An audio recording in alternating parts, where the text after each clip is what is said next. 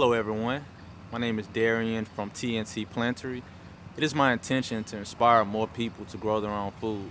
Today, organic non-GMO produce is hard to find, and when you do find it, it's too expensive. So today I will give you 5 reasons why you should grow your own food. Most vegetables are cheaper to grow than to buy. The reason being, you plant them once and they continue to produce for you all season. Take tomatoes for instance. You plant them once and they'll produce pounds of tomatoes throughout the season, especially cherry tomatoes. Grow what you eat the most of and you'll see your grocery costs go down. I eat a lot of kale, so I have about 4 or 5 kale plants outside, and I practice the cut and come again method, where you harvest what you need, move to the next plant, harvest what you need.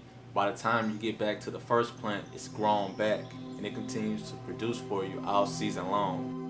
I also enjoy the taste of basil, so what I do is clone the basil plant to make new plants. All you have to do is snip off the stems,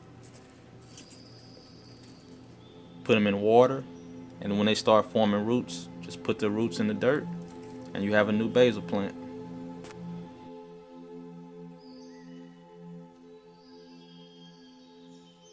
There isn't much variety at the grocery store. 9 times out of 10, you're only gonna see one type of tomato, one type of squash, maybe 2 types of watermelons, one of which is gonna be GMO with no seeds. Grow your own food from seed. You get to choose from thousands of different varieties of fruits and vegetables. You can choose a variety you never tried before. I like to grow the Cherokee purple heirloom tomato.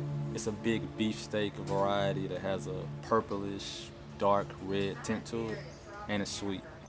You can check out your local garden center for good organic seeds. Home Hardware on North 18th is a good place to shop. Unless you're buying organic, your produce is being sprayed with deadly chemicals. Strawberries have about 40 pesticides on them. Celery has about 60 pesticides on them. And cucumbers have as many as 80 different pesticides on them. When you grow your own food, you can choose to use organic methods to control pests and diseases. Since around the 1940s, we've seen a significant decline in the nutritional value found in produce. On average, vegetables have less vitamins, minerals, and protein than they did less than a century ago. The reason being, farmers use methods that increase the yield but decrease the quality of the vegetable or the fruit. In the 1930s, the U.S. Senate put out a document entitled Modern Miracle Men. Research it. It breaks down how the land doesn't have as many minerals in it, so the vegetables are going to be less nutritious. For your own food, you can add the minerals back to the soil. For instance, you can add blood meal for the nitrogen, bone meal for the phosphorus, rock phosphate, compost. When you have healthy soil full of minerals, you will have a healthy vegetable. I heard an old saying, and it goes something like, there may come a day when only those that know how to plant will be eating. Right?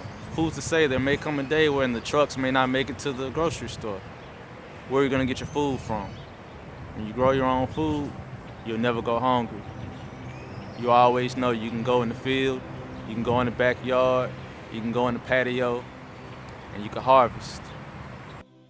I encourage everyone to grow their own food.